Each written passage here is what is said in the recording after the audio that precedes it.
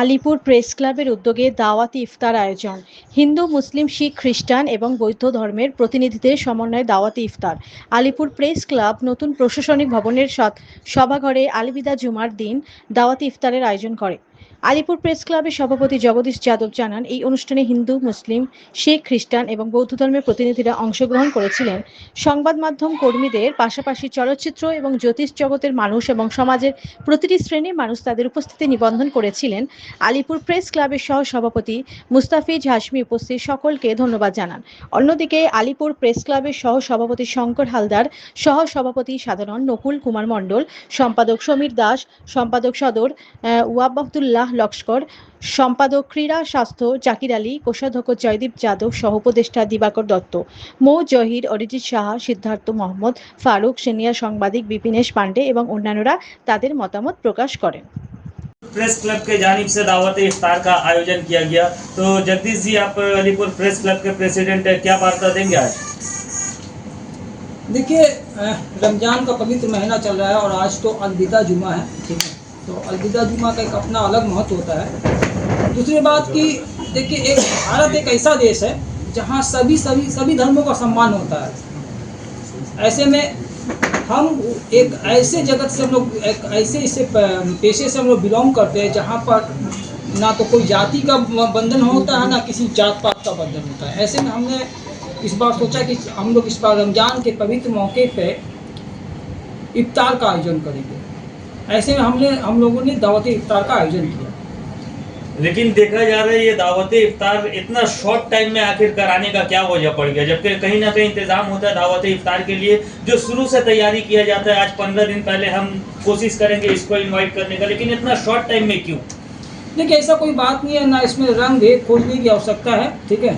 सबसे बड़ी बात है कि हमारी इच्छा थी, हमारी पवित्र इच्छा है, और हो सकता है कि अल्लाह ने हमें उस पवित्र कम समय में, या ईश्वर ने, जिसको आप भी कह लिए, ऊपर वाले ने, एक बहुत बड़ा पावर शक्ति है, उन्होंने मुझे इतने कम समय में सद्बुद्धि प्रदान किया कि हम इतने कम समय में भी इतना बढ़िया आयोजन, ये तो लोग बोलेंगे कि ऐसा आयोजन हुआ है, तो कर सके, हमारे लिए सौभाग्य की बात है। और कम से कम इससे तो लोगों को संदेश जाएगा ना कि हम एकता का मिसाल ये कर रहे थे कि यहाँ पर फादर भी है, सभी धर्मों को, विभिन्न धर्म के लोग आए हुए हैं।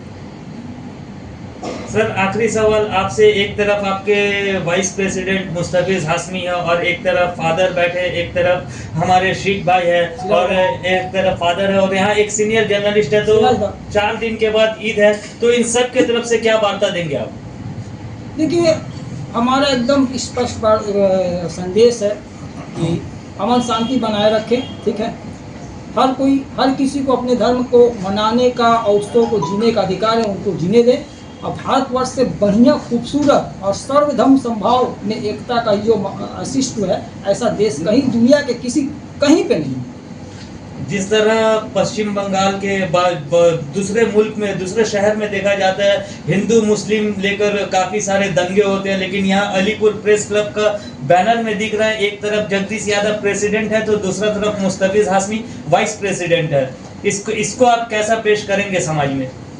तो मैंने कहा कि हम एक ऐसे पेशे से हम एक संबंध रखते हैं जो पत्रकारिता का पेशा, और एक पेशा बहुत पवित्र पेशा होता है, इसलिए इस पेशे में ऐसे लोगों को आना चाहिए जो जाति धर्म से हट कर।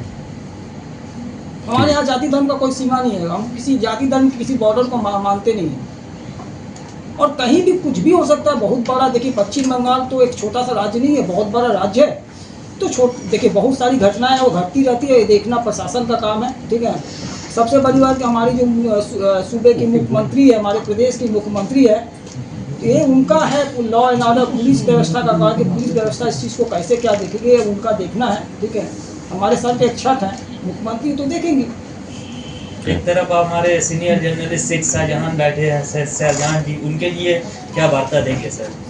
देखिए, वो हमारे अभिभावक है, बड़े भाई है, और बड़ा भाई एक पिता का जैसा होता है।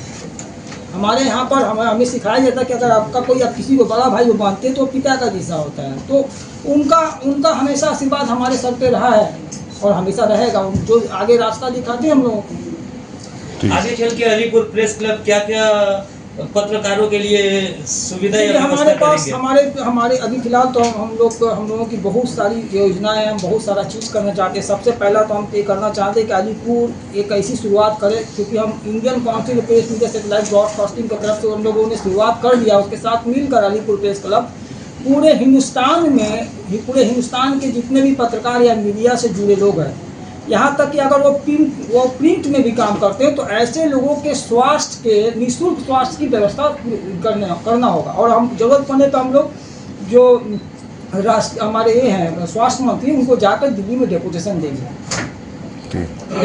जगदीश सर, हम ये बात मे बी थोड़ा सा सही, बट ये पूरी अगर देखा जाए तो सही तरीके से पूरी बात सही नहीं है, क्योंकि जब अगर हम कोई फिंगर किसी पे पॉइंट करते हैं तो कुछ फिंगर्स हमारे तरफ भी आती है। ये बात भी आपको समझना पड़ेगा कि जैसा जगदीश सर कह रहे थे कि ये एक बहुत रिस्पेक्टफुल प्रोफेशन है। अब बहुत सारे ऐसे भी लोग हैं जिन्होंने इस प्रोफेशन को शायद उतना सीरियसली इसके महत्व को समझा नहीं, जिनके पास प्रॉपर नॉलेज नहीं है, जिनके पास प्रॉपर रिपोर्टिंग करने का स्किल नहीं है, बट वो लोग भी इस चीज़ में उतरकर, मैं ये नहीं कर रहा कि वो कुछ गलत कर रहे हैं, बट चलो वो रोज़गार करने की कोशिश कर रहे हैं। बट कहते हैं ना कि हर चीज़ के लिए आप सीधा कहते हैं ना कि नर्सरी से जाके सीधा 10 का या ग्रेजुएशन का एग्ज़ाम देके आप सर्टिफिकेशन नहीं ले सकते, समहाउ आपको स्टेप बाय स्टेप वो करना पड़ता है। तो इसी तरह ये एक बहुत रिस्पेक्टफुल प्रोफेशन है, कहते हैं ना this is the fourth pillar of our democracy. तो इसके महत्व को समझना पड़ेगा। तो बहुत सारे लोग ऐसे भी हैं जो इस फील्ड की जो गरिमा है उसको कहीं ना कहीं हैम्पर कर रहा है, और उसके वजह से बहुत सारे जो डिज़र्विंग कैंडिडेट है, जो डिज़र्विंग रिपोर्टर है, जो फील्ड पे बहुत अच्छा काम कर रहे हैं, उनको भी प्रॉब्लम फेस करना पड़ता है। कुछ उन्हीं के कलीग जो अनप्रोफेशनल तरीके से रिपोर्टिंग करते हैं उसके वजह से। But at the same time, जैसे मैंने कहा, आपको मैं एक और बात बता दूं कि हमारे ऑनरेबल सीएम जितना सपोर्टिव है नए नए रोज़गार क्रिएट करने में, बाकी कम्युनिटी सबको एक जगह लेकर जाने में, आज उसका ही रीज़न है कि जितनी फ्रीडम सोशल मीडिया रिपोर्टर्स को बंगाल में मिलती है, आई डोंट थिंक कि बाकी स्टेट में मिलती है। उसका एक एग्जाम्पल अभी आपके सामने है। जिस फ्री अंदाज में आपने क्वेश्चन किया, अभी इतने फ्री अंदाज में हर जगह पे आप नहीं कर सकते क्वेश्चन। बहुत तरीके में बहुत सारे रिस्ट्रिक्शन होते हैं। और मैं अभी जस्ट मैंने आपको कहा कि हम लोग कोशिश कर रहे हैं, हमने कुछ इनिशिएट भी लिया, जैसे मैंने आपको बताया। अभी अगर हमने ये इनिशिएट लिया तभी मैं आपको इतना कॉन्फिडेंटली ये बात बता पा रहा हूँ कि ऐसे कलकत्ता में बहुत सारे ऐसे प्रेस क्लब्स हैं जिनकी वो ऑफिसेस अभी बंद है, जो काफ़ी टाइम से फंक्शनल नहीं है।